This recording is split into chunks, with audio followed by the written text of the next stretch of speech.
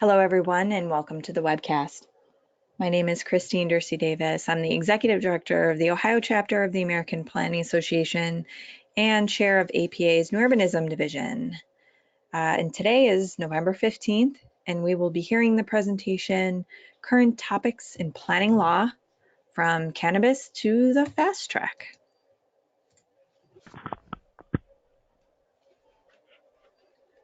For technical help during today's webcast, you can type your questions in the chat box found in the webcast toolbar to the right of your screen.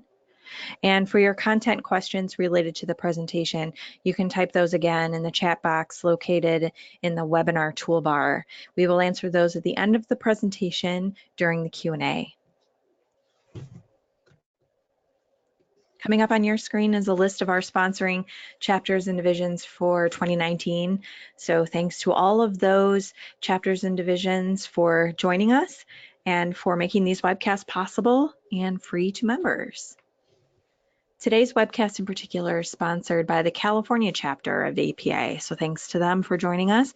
And this is a really popular webcast. We have over 1,000 folks registered for it and over 600 on the line right now, so we're real happy that you were able to join us. Coming up next on your screen is a list of our upcoming webcasts. These are the last webcasts that we have, the remaining webcasts for 2019. And you can register for these by visiting our webcast webpage, ohioplanning.org/planningwebcast. And believe it or not, we're already scheduling our 2020 sessions. So make sure you stay tuned in to our webcast webpage for all of those upcoming opportunities. You can log today's credits, which they're worth 1.5 CM law, by heading over to planning.org, logging into your MyAPA account, and then from there you can search either by the event number, which this is not the correct event number, I forgot to switch it out, my apologies, or the title, and you can find the event number and the official title of today's webcast on our webcast webpage, ohioplanning.org/planningwebcast. And like I said, it's good for 1.5 CM law credits for live viewing only.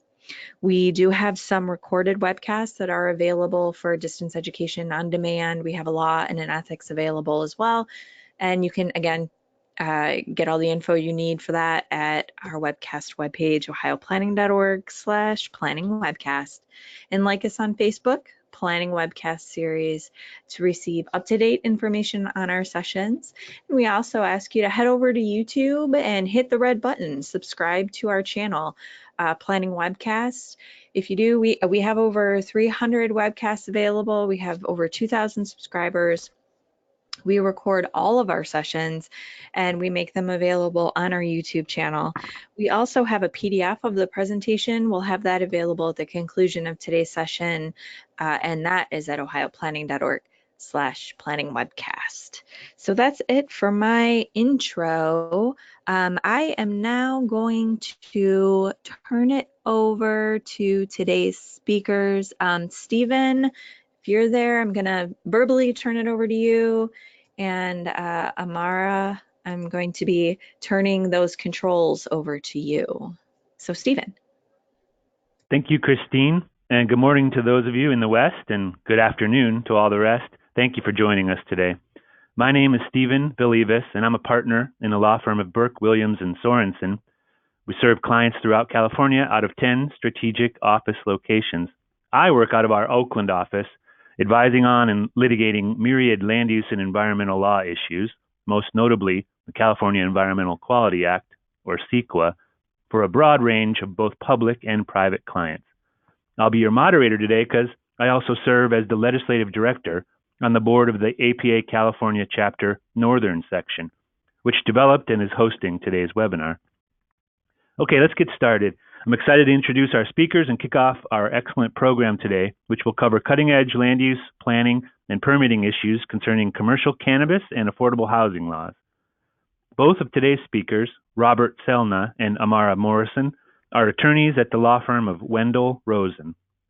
Robert Selna earned his bachelor's and master's degrees in history and journalism, respectively, from Cal Berkeley, and earned his Juris Doctorate degree from Golden Gate University. Robert is an active member of Wendel Rosen's land use, real estate, and cannabis practices, and represents clients in a wide range of transactional and regulatory matters. In fact, apropos to his presentation today, Robert is the chair of Wendel Rosen's Cannabis Practice Group and frequently writes and speaks on cannabis-related legal issues. Amara Morrison earned her bachelor's degree from the University of Michigan and her Juris Doctorate and Master's of Environmental Law degrees from Vermont Law School, which is also my alma mater. Amara is a valued municipal land use and real estate law attorney, works closely with public agency officials and agencies, businesses and developers, and individual and community groups in all aspects of land use law. Amara has extensive experience with CEQA, the Permit Streamlining Act, Planning and Zoning Law, the Subdivision Map Act, and affordable housing laws, including density bonus and Senate Bill 35, which she will cover extensively in her presentation today. I may chime back in during the question and answer segment at the end, but for now I'll turn it over to our distinguished speakers. Without further ado, Robert and Amara, the mic is all yours. And if I may interject, Amara, could you please put your presentation into slideshow mode, into presentation view? Right now it's in draft view.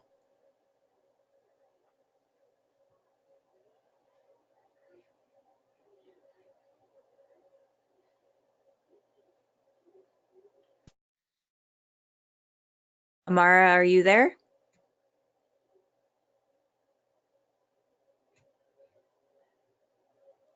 Well, it looks like she's here. Stephen, do you hear anything? Just you, Christine. Just me. Okay. Hold on one second, folks. Amara or Robert, can you hear us?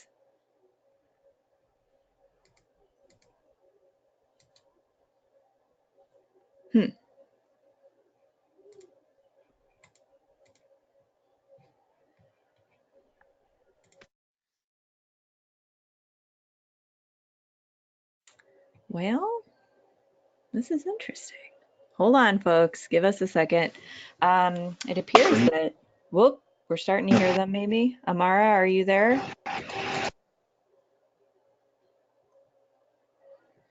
Believe it or not, we could hear them just fine before we started this webcast when we did our test. Hold on, folks.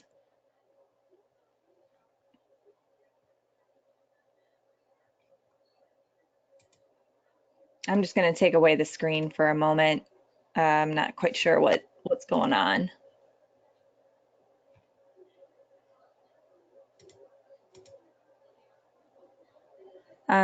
Amara, if you can hear us, I think there's something wrong with your microphone all of a sudden. So if you could try calling in on your telephone, that would be helpful.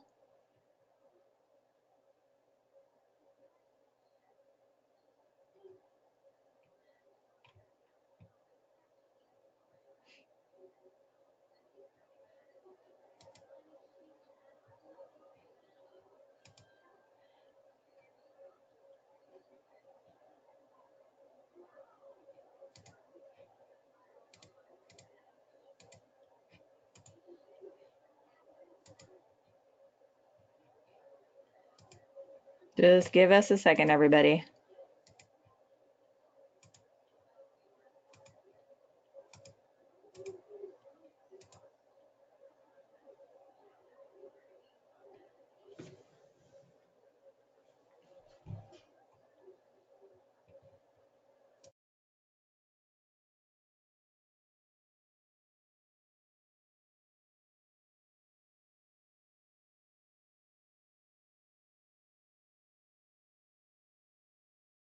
Okay, I do have a telephone number and this is a little. Amara, we're starting to hear you now.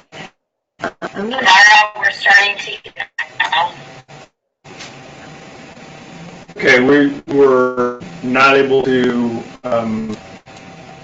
connect. We couldn't hear Steve, and we brought in our IT person, Stephanie, to help us out.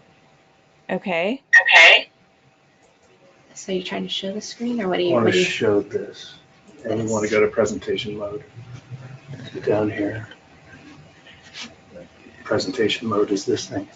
Okay, so I don't know that you're just.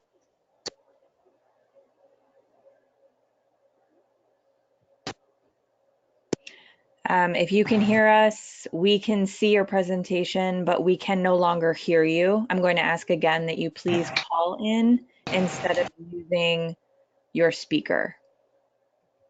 And again, folks, everyone on the line, I apologize. We, believe it or not, we really did test all the software and everything. The audio and the streaming of the video is Looks like it's maybe. working now.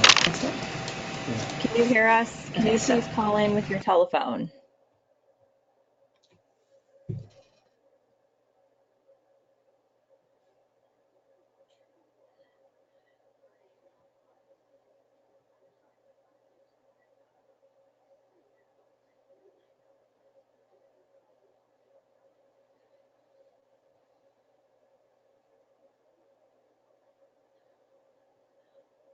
We'll give it another minute here, folks. If we can't get the technology back up and running, we'll have to call it quits, I suppose, so that we don't waste everybody's time. But we'll give it another minute.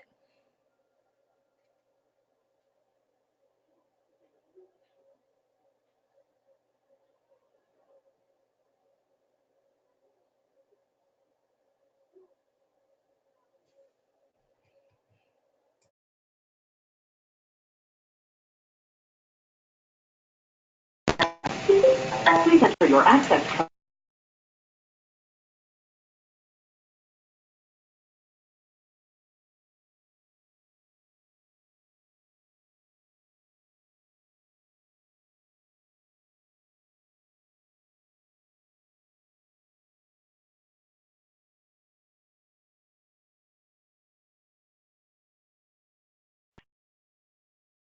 Hi, this is Wendel Rosen. Hello. Hi, Christine. All right, we are now going to be using the audio through our telephone as opposed to through the computer. So assuming we have our slide presentation up and visible for the participants to view, we're happy to get started. Okay, let's go. Everything looks great. I'll let you know if there's issues with your screen. But for right now, everything looks good. Okay, good morning, everybody. Sorry for the technological difficulties. My name is Robert Selna. I'm a partner at Wendel Rosen in Oakland, and I'm here this morning with my partner, Amara Morrison. We want to thank everybody for attending today, and we hope we have some interesting and timely information to share with you. We think we do. Just a little brief background about Wendel Rosen. We're a full-service business law firm located in Oakland, and we have an office in the Central Valley of California in a town called Modesto. We, as a full-service firm, we serve clients' business needs from contracts and trust in estates to real estate and employment, really anything you can think of. We happen to, Amara and I both are in the land use group. I'm in the real estate group, and I chair the cannabis group, and we're a little bit unique in that we're a full-service firm with a long-standing cannabis group, and that's because of our Oakland location. Oakland has really been a pioneer, or was a pioneer in the mid-90s and before in promoting medical marijuana in the state of California, and it was one of the first cities to allow for patient caregiver dispensaries, which paved the way, really started to pave the way for the commercial cannabis market in California. So again, thank you. I will try to move quickly because I know we're behind and we have a lot to cover, so I will move through my presentation relatively quickly. I know we're reserving some time at the end, about 20 minutes for questions. So with that, I'll launch in. Today's talk will cover an overview, a very broad overview of state and federal cannabis laws, so you understand the context of where planners and other local agency folks fit into that. And then I'll talk about California's cannabis regulations specifically.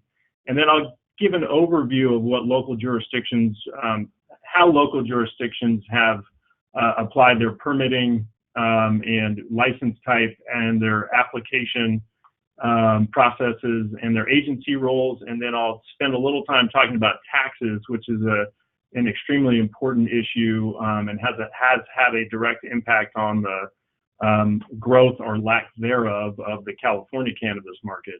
Then I'll talk a little bit about permitting and licensing and the ways different jurisdictions handle it. And then I'll cover a couple of special topics at the end. If you're not familiar with California, it's a very large state.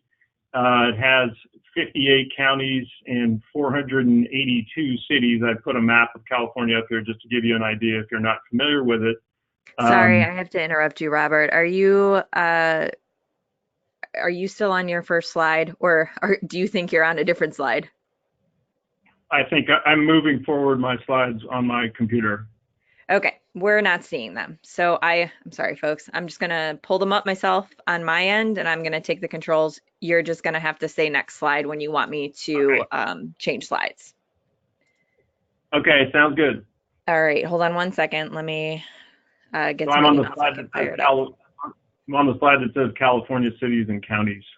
Okay. It'll take me just a moment. If you want to keep talking, you can, and I'll catch up when I'm able. Well, you'll see this. The audience will see this slide eventually, but it just shows the size of California, numbers of cities and counties, and that's important to this audience because those are the local jurisdictions that really control the permitting for the California cannabis industry. The interesting thing about it is, ironically, the state is so large, but only about 20% to a third of local jurisdictions have allowed commercial cannabis in California. The state law requires every jurisdiction to allow personal use, meaning an individual resident can have on their person at any time an ounce of cannabis. But the state left it up to the local jurisdictions to decide whether they would allow essentially any commercial cannabis, from retail to distribution to manufacturing and cultivation. And so the state is struggling a bit because so few jurisdictions are actually allowing commercial cannabis. It's sort of an interesting detail. If you're not from the state, you wouldn't expect that. Many of the big cities have allowed commercial cannabis, and so there are still a significant number of licensed cannabis operations, but many of the rural and outlying areas do not allow commercial cannabis. So Christine has gone to my next slide, which is federal laws, and I want to cover that because there is a state and federal conflict with respect to cannabis. Federal law does not allow cannabis, or what the federal government calls marijuana. And California and 43 other states do have legalized some form of cannabis, medical and or recreational. And so the federal laws that are relevant to that conflict are the Supremacy Clause, there's many laws, but these are the top three, I think. Supremacy Clause, Controlled Substances Act, and the anti-money laundering laws. The Supremacy Clause just says that there's a conflict in laws between federal law and state law, that federal law wins. And so we're, in given instances when the federal government has tried to enforce criminal prosecutions regarding marijuana, some time ago, before the more modern era, it was hands down winner for the federal government due to the Supremacy Clause. This conflict creates this dynamic whereby states are operating with a regulatory structure of their own and enforcing their own laws, but generally their laws are in conflict with the federal government. I'm going to talk just in a minute about the Controlled Substances Act and money laundering. Christine, if you could move the slide forward, that'd be great. So the Controlled Substances Act is what is the foundation for criminalizing cannabis going back to the 1970s. And there's three schedules, there's more than three, there's 5 schedules of the Controlled Substances Act. Cannabis has been listed in the Schedule 1, the top schedule that relates to the way the schedules are organized is the highest level of addiction and the least level of accepted medical application are in Schedule 1, and then Schedule 2 is there's some medical application accepted, but still highly addictive.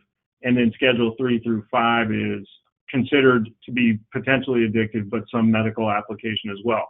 So it's interesting that cannabis, which is widely regarded as having medical properties and medical applications for a number of different ailments, is listed in the most severe Schedule 1, along with opiates and hallucinogens.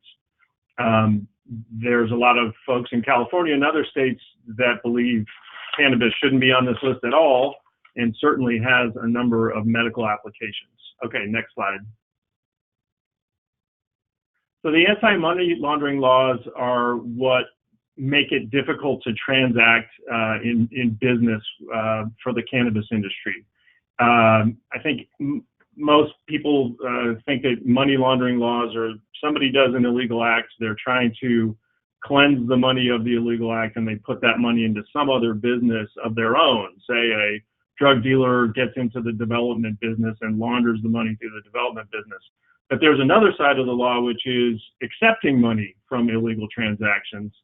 And the anti-money laundering laws affect those who are transacting with the cannabis business, including accountants, lawyers, those who provide farm equipment, anybody transacting with those who are in the cannabis business and they're knowingly participating in transactions with money that is known to be derived from federal illegal activities could be theoretically prosecuted for money laundering.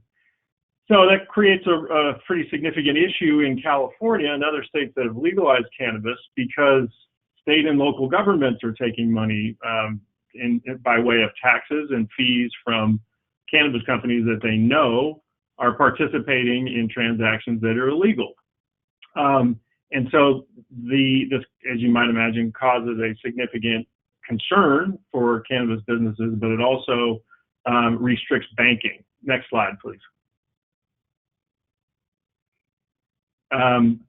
The practical impacts of the federal laws, aside from the strict legal questions, are that traditional banking is largely unavailable because the Treasury Department puts tight restrictions on banks, even in states like California that have legalized cannabis, to report about their clients who are cannabis businesses. And that's too much information to go into right now. But the bottom line is that banking is really largely unavailable for the cannabis industry. It's becoming more so with every passing month as banks are seeing a lack of enforcement by the federal government, and they're seeing the money that they can make from banking cannabis clients. And they can charge a premium because of, the outstanding concerns and because of reporting requirements. But still, traditional banking is largely unavailable, and you can imagine it'd be hard for a business that's bringing in a lot of money to deal with the challenges of storing, maintaining, and transacting in cash. Paying taxes is challenging for the same reason. Federal trademarks, which are really important to protecting brands, are unavailable. Bankruptcy court is unavailable, which, as everybody knows, is an important tool for businesses in the U.S. And standard tax deductions in some areas are unavailable. Then there are contracts that landlords and insurance companies, leases, insurance policies that have no standard policies that have no illegal use terms in them. And if even a landlord or an insurance company that's agreed to work with a cannabis company, if they have a conflict with them, it's available to them to use those no illegal use terms in order to foreclose on loans or to not issue, not cover policy claims. Next slide. So there's all this bad stuff that can happen to a cannabis business based on the conflict in laws and based on the fact that cannabis is illegal under federal law, generally speaking. But there's been very little federal law enforcement of the industry in states and jurisdictions that have legalized it. Going back to 2016, really, the last big enforcement case was in Oakland, and the federal government brought it against the Harborside retail cannabis dispensary. The federal government ended up not following through with that case and dropping it because there was an indication from the judge that essentially the federal government had issued policies that had indicated that states that had were regulating their own medical cannabis would not encounter federal law enforcement. One of those policies was that Congress limited the funds that the Department of Justice could spend to enforce federal laws in states that were regulating their own medical cannabis industry under guidelines supplied by the federal government. So for many years now, despite the fact that federal law still lists cannabis under Schedule 1 of the Controlled Substances Act, the federal government has taken a hands-off approach to states like California and others that have created their own regulatory framework to enforce and to monitor the cannabis industry. There are also a couple of initiatives in Congress that have gotten approval in the House, but may or may not get approval in the Senate. Probably not likely until at least after the next election.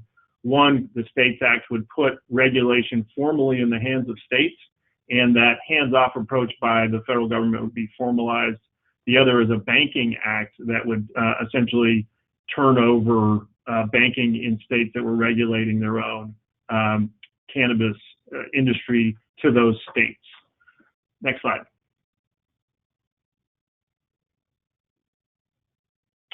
So just to give I talked a little bit about Oakland's identity and role as a pioneer in medical cannabis legalization in California. This effort started in earnest before 1996, but the first real vote by the people on this was California voters approving Prop 215, which allowed for medical cannabis for patients, but didn't really offer much guidance to how that was supposed to work. What's missing from this slide is a 2003 initiative that passed, which allowed the rights of patients and caregivers to associate collectively or cooperatively to cultivate marijuana. That was in 2003. And what that led to was really the beginning of the commercial cannabis industry, because it allowed people who could be identified by doctors as patients and those who identified themselves as caregivers to work together collectively to cultivate and process and dispense marijuana. So in Oakland, taking advantage of that law in 2004, established 4 dispensaries. And then things stayed that way for more than 10 years. And then in 2015, the state legislature started to put together medical cannabis regulations, which would still require individuals who wanted to purchase cannabis to have a doctor's approval, essentially. But then in 2016, a voter initiative was put before the state, and voters approved Prop 64, which allowed for not just the medical model of cannabis, but recreational, meaning those who wanted to buy cannabis didn't have to have approval from their doctor. And Prop 64 was then merged with the medical cannabis legislation, which has an awkward acronym, MACURSA, to give us the rules that we have in California today. And what that created, really what's interesting for this audience, I think, is what that created was a dual licensing permitting system, where the state gave the authority to the local jurisdictions, as I said, to really control what they want to permit in terms of cannabis, the cannabis industry, meaning do they want to ban it except for personal use, or do they want to allow everything in the supply chain from dispensaries to distribution, manufacturing, cultivation, testing, etc. So that's where the role of the local jurisdiction and the local voters, really, and the local politics becomes really important. One business who wants to start a cannabis operation in a particular jurisdiction needs to know exactly what that jurisdiction will allow, go through a permitting process, get a permit, take that permit to the state, and then get a state license. So it all starts on the local level in California. In 2018, the state started to issue temporary licenses, and local jurisdictions also started to at least provide local authorization, if not a full local permit. Next slide, please.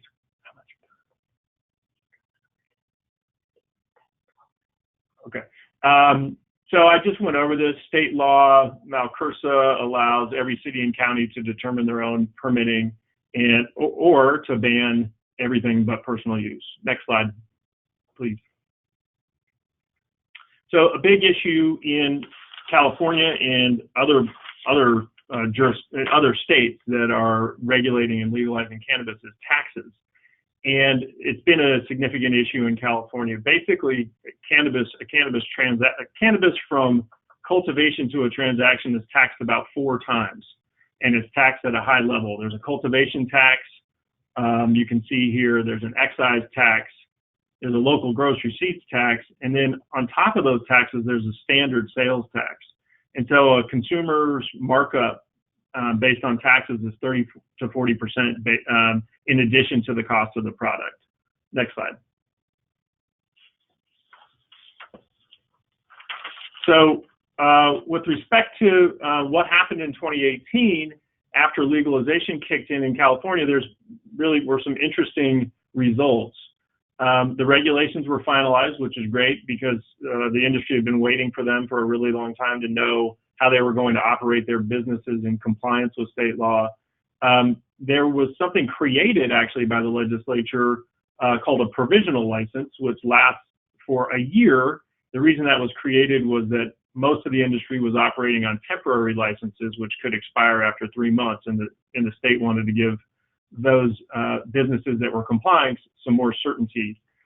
Only 20% to a third of local jurisdictions are permitting commercial cannabis as of 2018.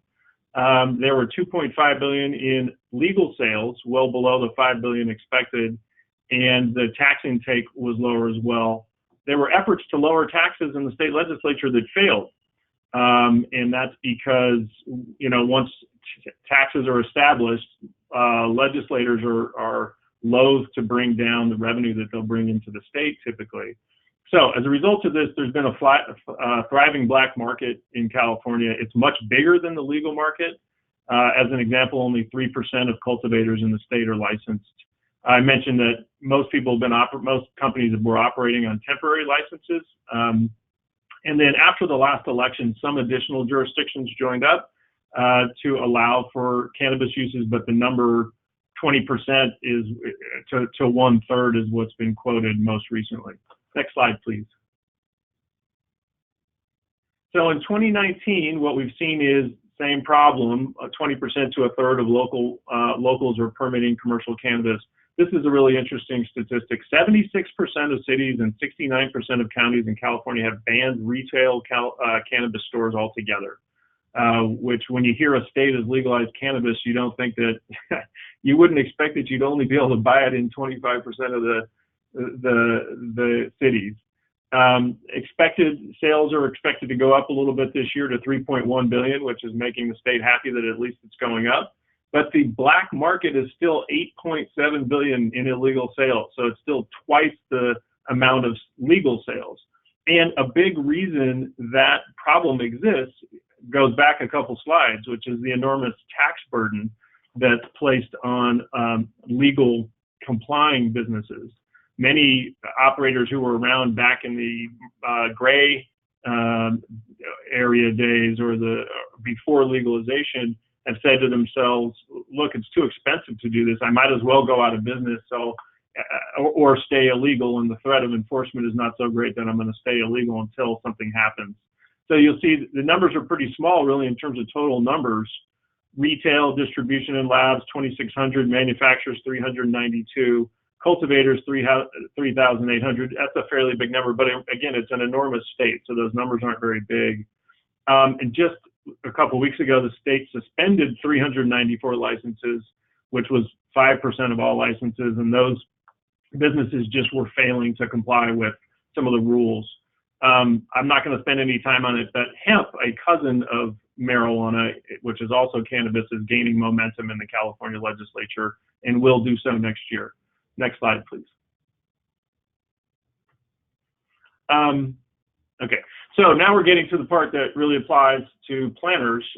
Cities and counties have to consider when they're thinking about regulating and permitting cannabis is their zoning rules, permitting, their application processes, their roles and who will fulfill them. Will it be the city administrator's office? Will it be the planning department? Will it be some combination of the two? Local taxes and what taxes they'll apply, how to deal with CEQA, which is a California thing, and I'll skip over that for now. It's California environmental law. And then approaches to limiting the number or the percentage of cannabis permits you'll issue. Some places have put caps, say we'll have 3 dispensaries in all of our city, or we'll have only 5 manufacturing facilities. Some cities have said we don't have any caps at all. When there are caps, cities oftentimes require a beauty contest where those applying to be one of the chosen few go through an RFP process. And then I'll cover a few special topics that relate to some jurisdictions and not others. Next slide, please. So I'm going to go over 3 different jurisdictions, Oakland, Sacramento, and San Diego. This slide is a little off. It notes Sonoma, but I'll be talking about Sacramento. Next slide, please. And the reason I chose these 3 is because they're in different parts of the state. Oakland is urban and on the coast. Sacramento is more in the Central Valley, and San Diego is in the south. And they've all chosen to do this a little bit differently. So jumping into Oakland, next slide, please. Oakland allows pretty much everything. So they allow retail, distribution, manufacturing, cultivation, the whole 9 yards. They handle the permitting for the 2 a little bit differently. With respect to retail, it requires a business permit issued by the city administrator's office, and the zoning is commercial and or industrial, but it includes distance requirements from sensitive uses like schools and daycare centers. The application process for retail is a hearing officer at a public hearing, and it is a discretionary permit, unlike their permits for everything else. The taxes in Oakland are 5% gross receipts right now for medical, and a 10% gross receipts tax for recreational marijuana. That tax rate is up for debate right now in the city council and may come down because of what I described as the onerous overall tax rates, putting some cannabis businesses out of commission. There are some special considerations in Oakland for retail. Only 8 are issued per year, and 4 have to be issued to equity applicants, and I'll talk about that quickly in a minute. Okay, next slide, please. So, as I mentioned, Oakland allows pretty much everything else other than retail. The zoning for that is really in our industrial and some of our industrial waterfront areas, light manufacturing, R&D manufacturing, et cetera. And there's, again, distance requirements between the cannabis operation and sensitive uses. Next slide, please. So this is a map just to give, if you're familiar with Oakland, it would probably make more sense to you, but this is a quote-unquote green zone that Oakland has established, and the areas where cannabis are allowed are generally speaking along the industrial waterfront areas of the city where there's already a lot of warehouse space and other manufacturing facilities. Next slide. So equity, I'm going to not spend so much time on this slide. I'm just going to talk about this program. The equity program in Oakland is sort of the first in the state, and I think the nation, and its goal was to address the fact that there was disproportionate law enforcement of marijuana crimes in low-income communities and communities of color. And so many of the people who were arrested for low-level marijuana crimes within the last 20 years were in those neighborhoods and communities, more low-income and more minority populations. And so there were a lot of people going to dispensaries and buying cannabis, and there were unclear laws around it. But meanwhile, the Oakland Police Department was still arresting folks for street-level marijuana transactions, and the city is trying to make up for that in a way by getting individuals who are low-income and from underrepresented areas of the city into the cannabis industry. It's a very challenging thing to do, but what they've decided to do is allow special application consideration for people who meet a criteria of being an equity applicant. And in effect, 50% of all permits in the city issued citywide must go to equity applicants. Next slide.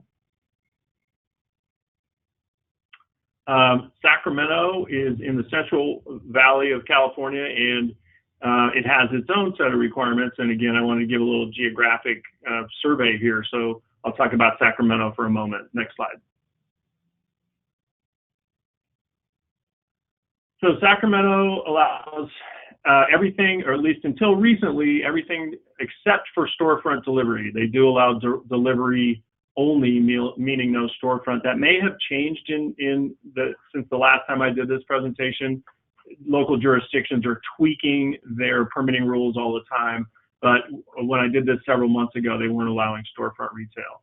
Their zoning, it's a very agricultural area, so it's not a surprise that they allow cannabis operations in agricultural areas, zoning areas, commercial areas, light industry. They also have distance requirements because the state of California has a distance requirement and all the local jurisdictions have followed. And it basically means the cannabis operation has to be a certain distance away from what is considered a sensitive use, as I described before. The application process in Sacramento is a conditional use permit and a business operator's permit, and you have to get both of those. Next slide. Their gross receipts are 4%.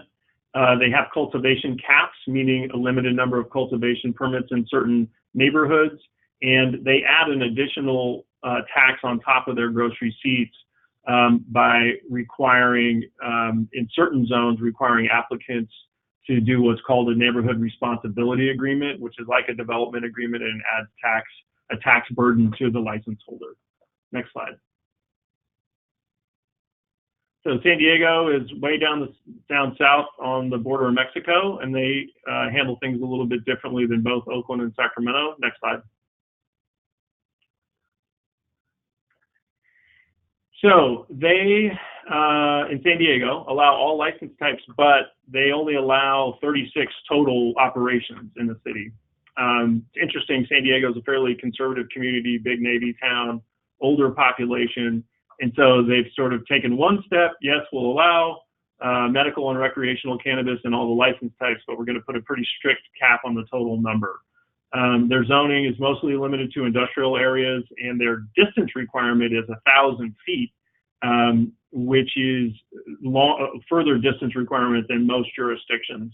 Many are 600 feet, but they've decided to be 1,000 feet from public parks, churches, childcare, et cetera. Next slide. So the application process in San Diego is conditional use permit, which includes the hearing officer and an appeal to the planning commission. Their taxes are 5% until they were 5% until July, and now they're 8%, which is a fairly high tax rate. Again, these tax rates and permitting requirements are all somewhat in flux, and the local city councils and boards of supervisors change them fairly frequently. As I noted, there's a cap on retail outlets, and there's also a cap on production facilities. I thought the 36 was for all facilities, but now I'm remembering that it's 36 for retail and 40 for all other production, meaning cultivation, manufacturing, distribution, etc. Okay, next slide, please. So I just wanted to remind everybody that the way the structure works in California is that an applicant who wants to open a commercial cannabis business has to go and get their local permit first before they can go to the state and get their state license. And the state has generally said, local jurisdictions, we're turning this over to you. You get to decide what to do. That has led to this limited number of jurisdictions that have decided to do it. As I said, that's in the 20 to 30% range of jurisdictions based on who you're talking to. That number seems to be going up slightly, but not dramatically. There are some issues where the state essentially imposes its requirements on every jurisdiction, and that's in the area of personal consumption, as I noted. So consuming cannabis as an individual and carrying cannabis and having it in your possession is legal statewide.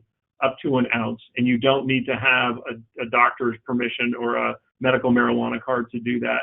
Delivery of commercial cannabis is permitted statewide, and there was a fight over this between the state and local jurisdictions because the local said, hey, wait a minute, you said you're turning over all the permitting discretion to us. What do you mean you can deliver in our city if we don't want it? And the state interpreted the regulations in Prop 64 to say that jurisdictions could not prohibit delivery in their cities. Now, the California League of Cities, I believe, and some other group have sued the state over this, and so that issue is in flux. And events with consumption are allowed in jurisdictions even without cannabis codes. So cannabis events are kind of handled on a case-by-case basis. So a particular jurisdiction may not allow commercial cannabis generally, but under state law, they're now allowed to hold events that include cannabis consumption, and that was an addition that came last year. Next slide, please. So what to expect next year? The bottom line is the state, helped a lot of cannabis operators who were struggling to get all their permitting and licensing done by creating what's called a provisional license, which lasts 12 months. Those can be extended through 2022. The state really did this because applicants were having a difficult time at the local level getting basic things like building permit sign off and fire department approval, because local jurisdictions and those departments haven't ever dealt with cannabis. So it's all brand new to them, and they're trying to figure out, what does a cannabis extractor look like, and is it safe with respect to fire, and how many sprinklers do we have, and ingress and egress and all these things. And it's taking a really long time for many jurisdictions to figure out how they want to regulate the industry with respect to those basic things like building and fire. We can expect increased enforcement from the state. I just noted that in November, the state suspended 394 licenses, 5% of the industry, because they simply weren't in compliance. Previously, the state hadn't ramped up its enforcement capabilities enough to do that, but now it's starting to show the industry, like, hey, even if you're, we all know that we're trying to move from the gray market to the legalized market, but we're not going to turn a blind eye to failing to comply with the regulations. The States Act is still in Congress that would turn the jurisdiction of marijuana industry over to states. Unknown whether that will pass given the composition of the Senate. And then the hemp market is expected to really ramp up, and you'll be hearing more about hemp, which is related. It is cannabis. It just doesn't have any psychoactive, it has trace amounts of psychoactive properties, but many of the things, CBD, for instance, can be derived from hemp, and hemp can be processed to make a lot of products. So we expect hemp to be hitting the market in a much bigger way next year.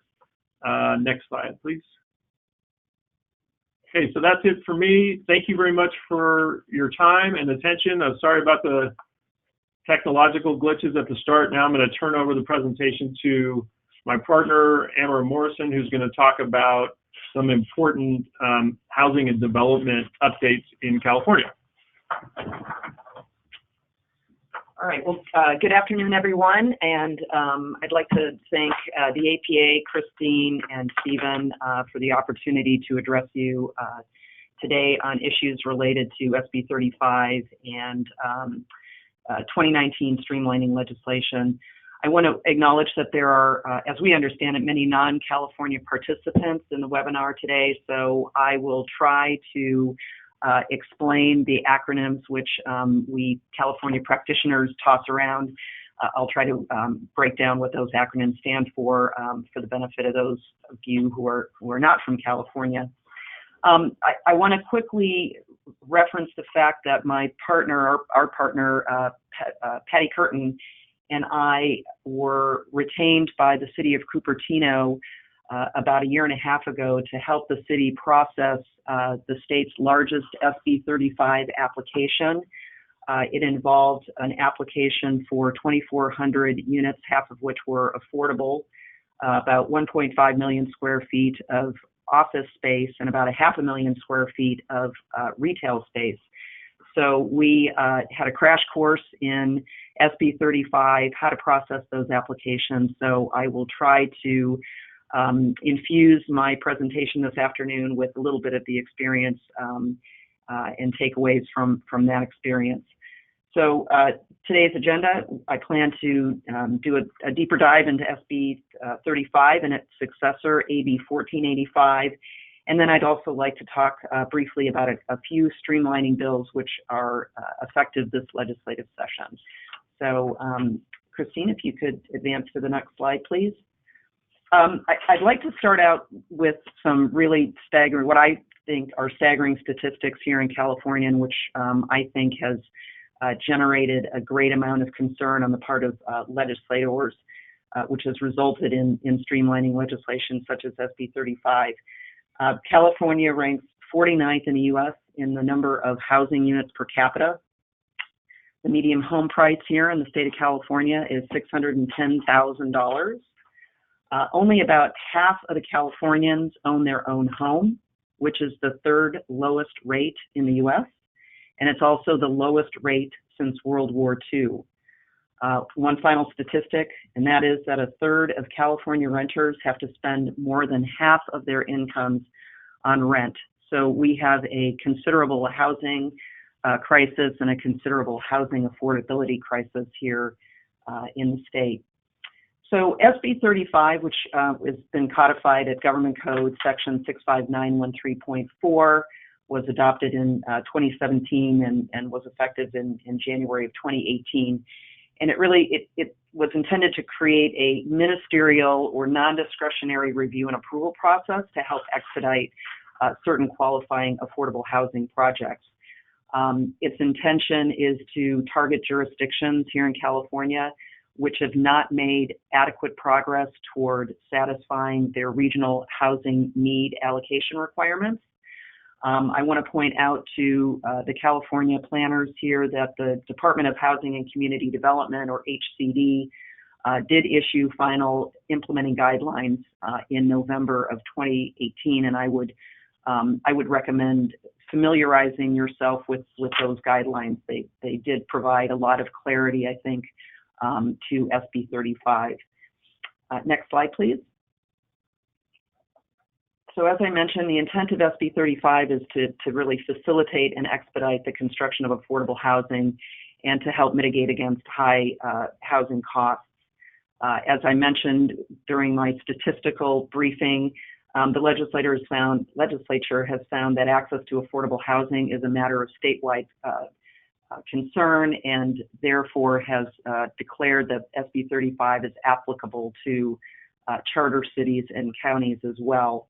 AB 1485, introduced by Assemblymember Wicks, modifies provisions of SB 35, and I'll try to interject where during my presentation how AB 1485 amends SB 35. I should also point out that SB 35 sunsets in 2026. Next slide, please. Some of the key aspects of SB 35, or let me back up a little bit. The statistics that I've mentioned, I think, are it's an interesting question given the fact that the state is arguably the world's 6th or 7th largest economy. And so one might ask why such a wealthy state is so lagging behind in housing production. It takes an extraordinary amount of time in California to process applications, even with laws such as the Permit Streamlining Act that requires applications to be processed within a certain period of time. There are extraordinarily high costs in processing these land use applications and construction housing costs, land acquisition costs, and soft costs that it takes to process and file an application. And I think as I was preparing for this presentation about 6 months ago, I read that construction in at least Northern California is one of the most expensive places in the world to build.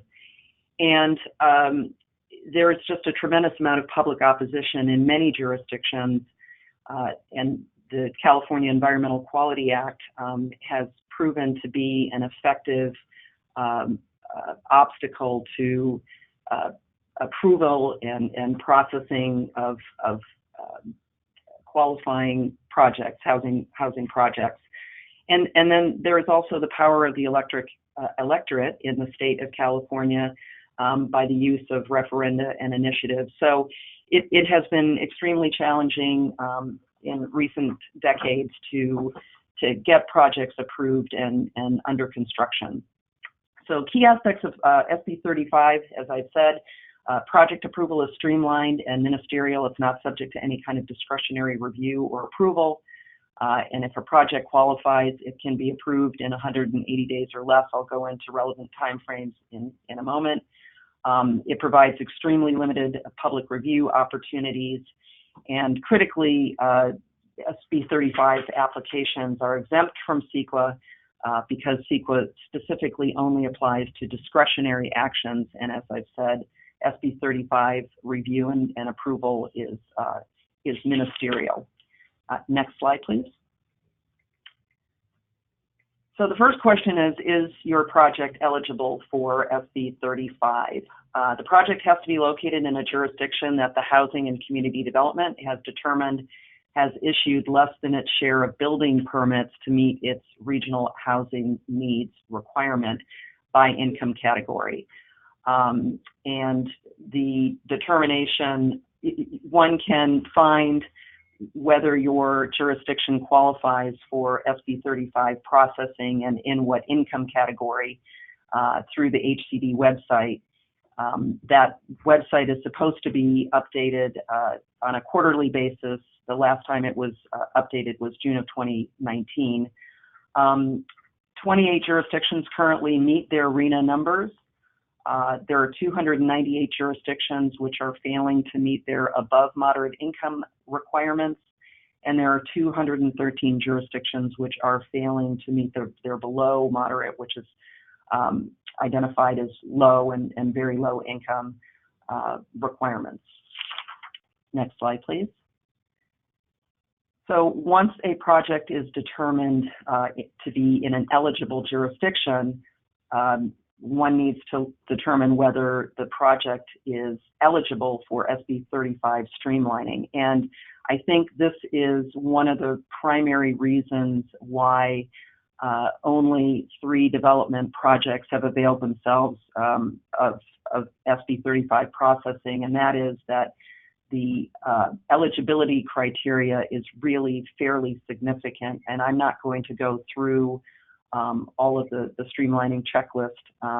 I'll hit on what I think are some of the high points, but it's been characterized that it's like catching lightning in a bottle to qualify for SB 35 streamlining. So just very quickly in terms of the checklist, does the proposed project dedicate the qualifying amount of affordable housing, and that is either 10% for above moderate income or 50% for below moderate income. The next critical, I think, element on the checklist is whether the project dedicates at least 2/3 of its square footage to residential use. The Valco or Cupertino approval, SB 35 approval, has been challenged by a local opposition group. One of the allegations is that the project application does not contain 2/3 square footage as residential. So there is a hearing set on that matter for December the 19th. So hopefully we will get some further direction from the court on whether the way that Cupertino analyzed what constitutes 2/3 quote residential square footage was correct. Next slide, please.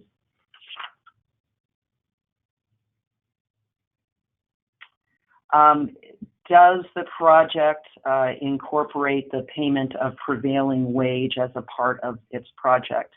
In the state of California, a project which includes prevailing wage can add between 30 and 40% to construction costs. So That's a fairly significant barrier to entry for some smaller projects. Next slide, please. I think the area or the eligibility issue, which has been the subject of quite a bit of discussion, is whether the application is consistent with objective standards at the time that the application was submitted. And objective zoning standards are what one would otherwise expect to be, and that is height, setback, and density. But I'll discuss objective zoning standards in a little more detail in just a bit. Next slide, please. A project is not eligible for SB 35 streamlining if it would require, not surprisingly, if it would require the demolition of historic structures, and if it would require the demolition of current residential uses, which have been occupied for the last 10 years. Okay, moving on. So assuming that you're in an eligible, sorry, next slide, please. So assuming that you are an eligible jurisdiction and an application meets the streamlining checklist set forth in SB 35, you have your application submitted. The local jurisdiction has 60 days to determine whether the project or the application is eligible for SB 35 processing. 60 days if the project has 150 or fewer housing units, and 90 days if the project has in excess of 50 housing units. Your SB 35 application then must be approved 90 days from the date the application is submitted if there are 150 fewer dwelling units, 180 days if there are more than 150 housing units. So kind of the heavy lifting that has to be done by you planners, takes place within that first 60 or 90-day period. That's really when you have to determine whether your SB 35 application is consistent with objective zoning standards and meets the other elements of that checklist. You can skip ahead 2 slides, please. So local government's responsibility. The HCD guidelines, which were published, make it very clear that a local jurisdiction is to provide information about its ministerial approval process, including any materials which are required for an SB 35 application, must post to the website and make that information readily available to the public. SB 35 requires that the objective zoning, subdivision, and design review standards, which will be relied upon, must be knowable by the applicant and also by public officials before submission. So the legislature really wanted to make the review process and eligibility process as transparent as possible. I just want to point out that if the objective standards are inconsistent between the general plan and the local zoning standards, the standard in the general plan will prevail. Next slide, please. So SB 35 requires that the design review and public oversight process focus only on reasonable objective design standards, again, which are published and adopted by ordinance or resolution before the submittal of the development application. So it really behooves planning departments to very, very carefully comb through your local zoning ordinances, your specific plans, your inclusionary ordinances, your density bonus ordinances to determine what those objective zoning standards are, and call those out and post them to the website so that SB 35 applicants fully understand what those objective standards are. So in a jurisdiction's annual progress report, each local jurisdiction has to indicate to the Housing and Community Development Department the number of applications which were submitted, the location and number of developments which were approved pursuant to SB 35, the total number of building permits issued, and the total number of units which were constructed, also by ownership status, whether those are for rent or own. All right, next slide, please. As I mentioned previously, there are really no public hearings which are required because this is a ministerial review and approval process. The legislation does allow a local jurisdiction to undertake design review or public oversight. And so your planning commission or an equivalent board is permitted to host that design or public oversight meeting, but that meeting really has to be strictly focused on assessing compliance with the criteria for streamlined projects and can in no way inhibit, chill, or preclude the ministerial approval.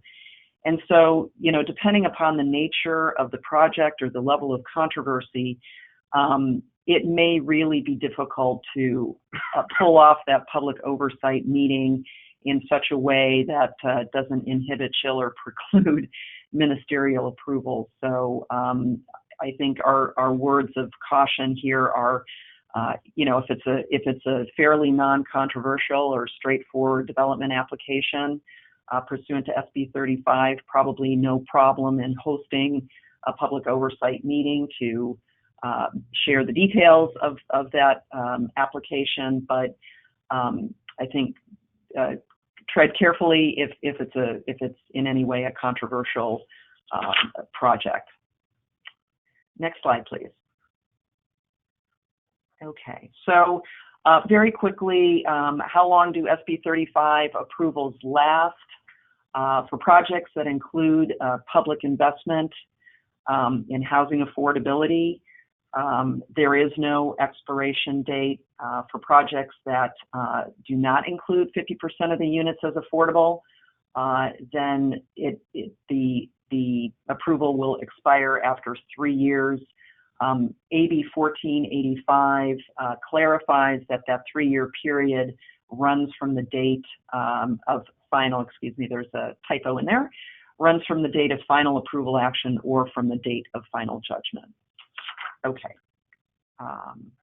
Since we are kind of running out of time, I'm going to skip ahead, if you will, to the second slide on modifications to project approval. So one question, a question that has arisen a number of times is, once a project is approved under SB 35, can a project applicant modify the application, or can the locality modify the project approval? And the project approval can be approved by can be modified once by the local government if it's necessary to mitigate a specific adverse impact on public health or safety, and there's no feasible way to satisfactorily mitigate or avoid that impact without modifying the development.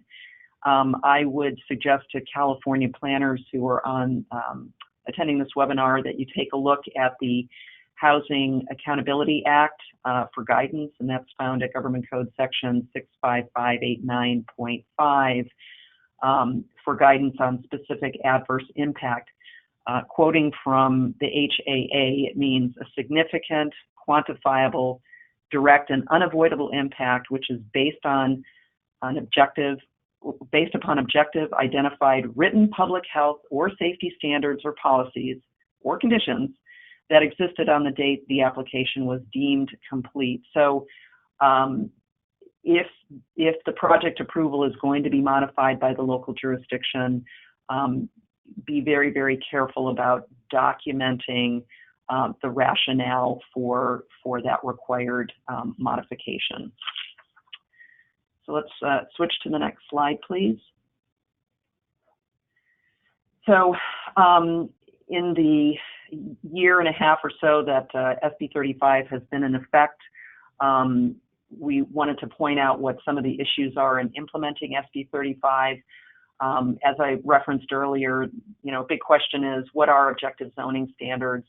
Do they have to be in writing? Do they have to originate from an adopted ordinance and resolution? We've indicated that they indeed do. AB 1485 clarifies that that an objective zoning standard is one where substantial evidence allows a reasonable person to conclude that the development is consistent with those standards. Second issue is, who determines if the application meets those standards? Because SB 35 requires ministerial review, we advise that you not deviate too much from your standard practice. And so that is, if a zoning administrator historically has been the entity or the individual responsible for ministerial review and approval of projects or applications, we would advise that you stick with that standard practice. Another issue is, does the project include 2/3 residential use? AB 1485 now clarifies that 2/3 residential square footage does not include any underground space like subterranean garage or basement. Number 4, how do you tell your elected officials that they can't hold public hearings? Probably diplomatically, because as we know, public officials like to be heavily involved in the review process of applications. And so, again, even though SB 35 allows for public oversight or public oversight meetings, just be careful about how extensively the discussion during those meetings might chill or inhibit the ministerial approval. Can conditions of approval or mitigation measures be imposed? I think that remains to be seen. Many large-scale projects, and I'll reference the Cupertino or Valco application. It's a very, very large project, and obviously will not be under construction if the approval is upheld. Construction will not be undertaken all at once, and so we believe that mitigation measures or conditions of approval along the lines of a phasing plan can be incorporated into your SB 35 approval, provided that the SB 35 application itself references a phasing plan. Next slide, please. So let's see, I'm going to move fairly quickly, I think, through just maybe one other point about what steps that a locality can take to assure an adequate record is prepared if a denial or approval is challenged. We recommend or suggest that posting the plans and approval letters, the 60 or 90-day initial letter, be posted to your website, that there be transparency, about the review and approval or denial process.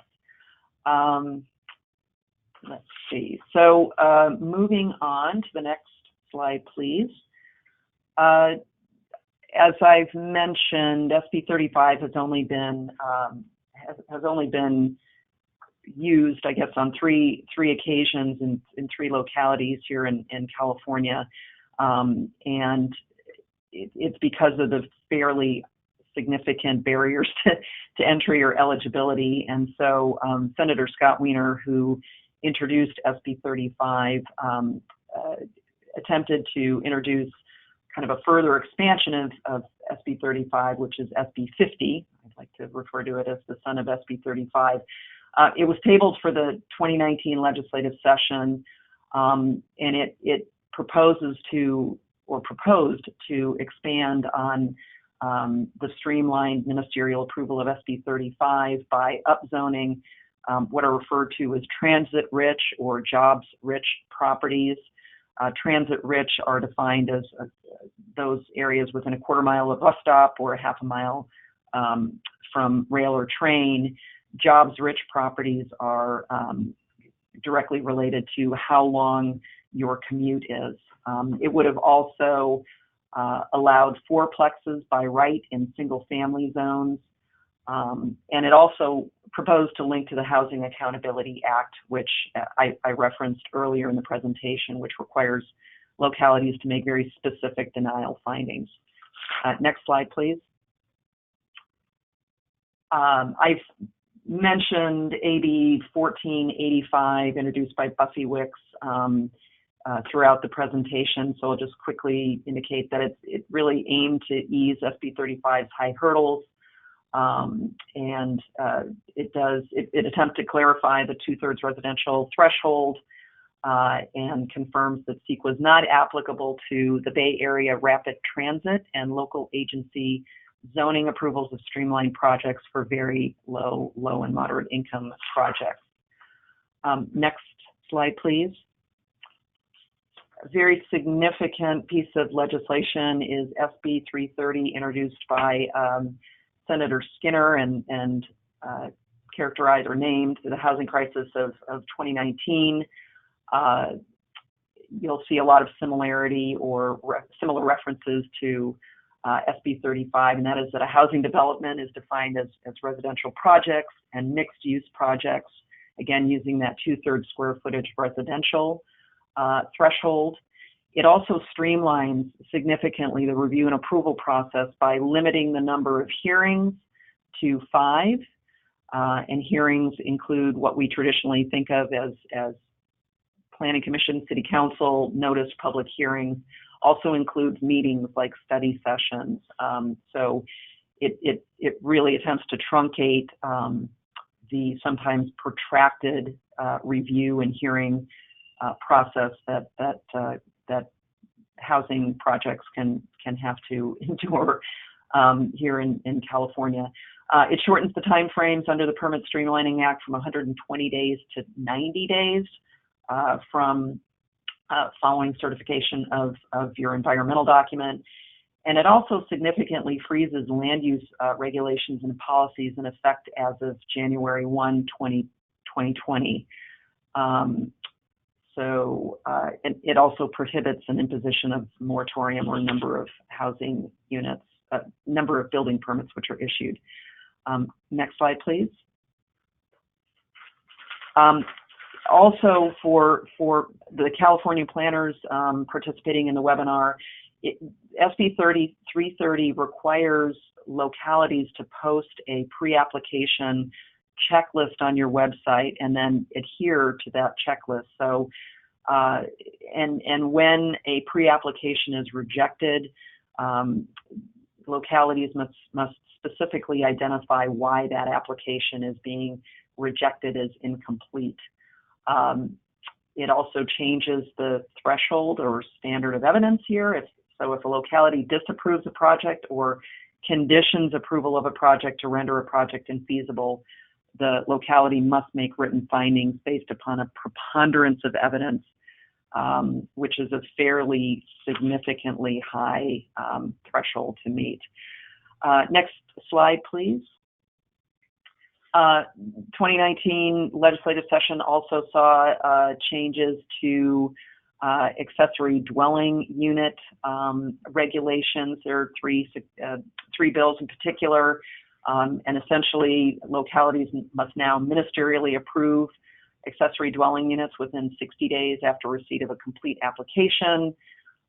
Now state law prohibits a city from requiring a minimum lot size, and localities cannot require accessory dwelling unit parking within a half mile of transit.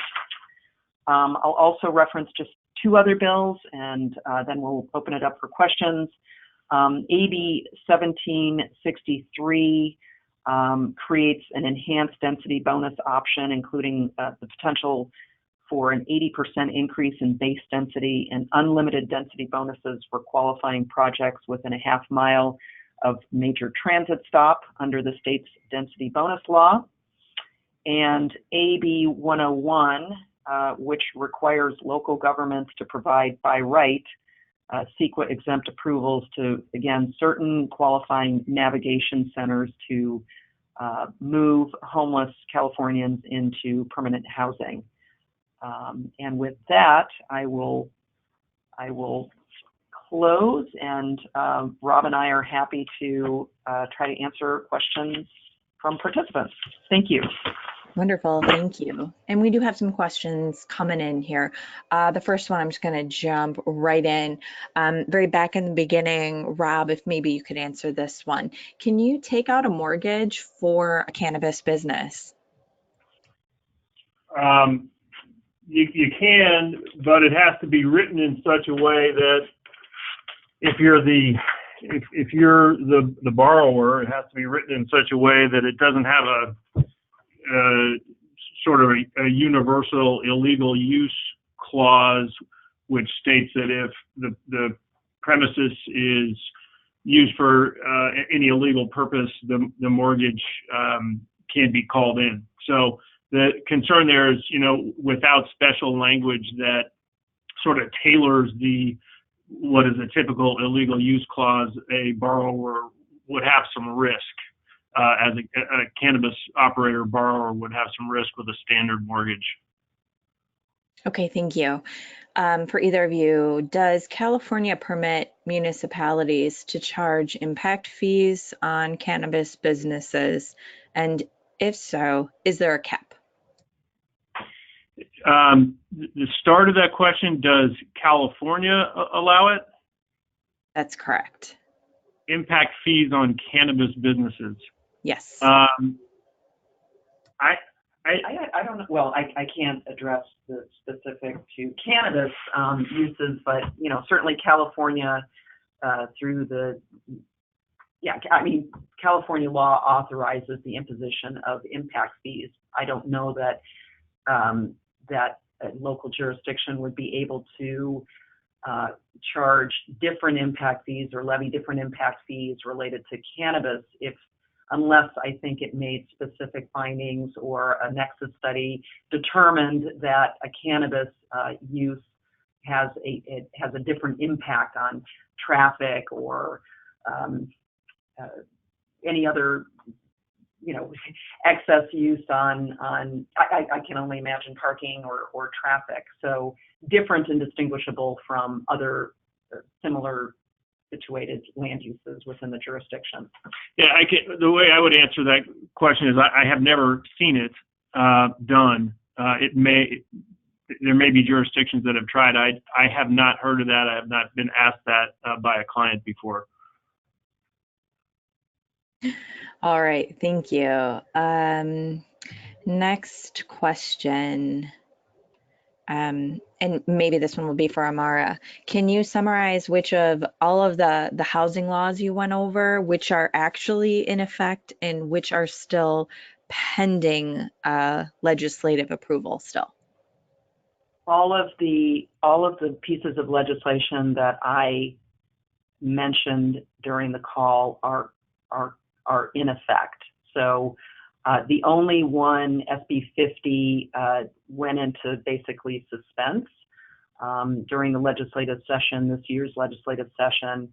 And my understanding is that Senator Wiener is proposing to bring back some form of SB 50 in the next legislative session. But all of the pieces of legislation I addressed today are currently in effect.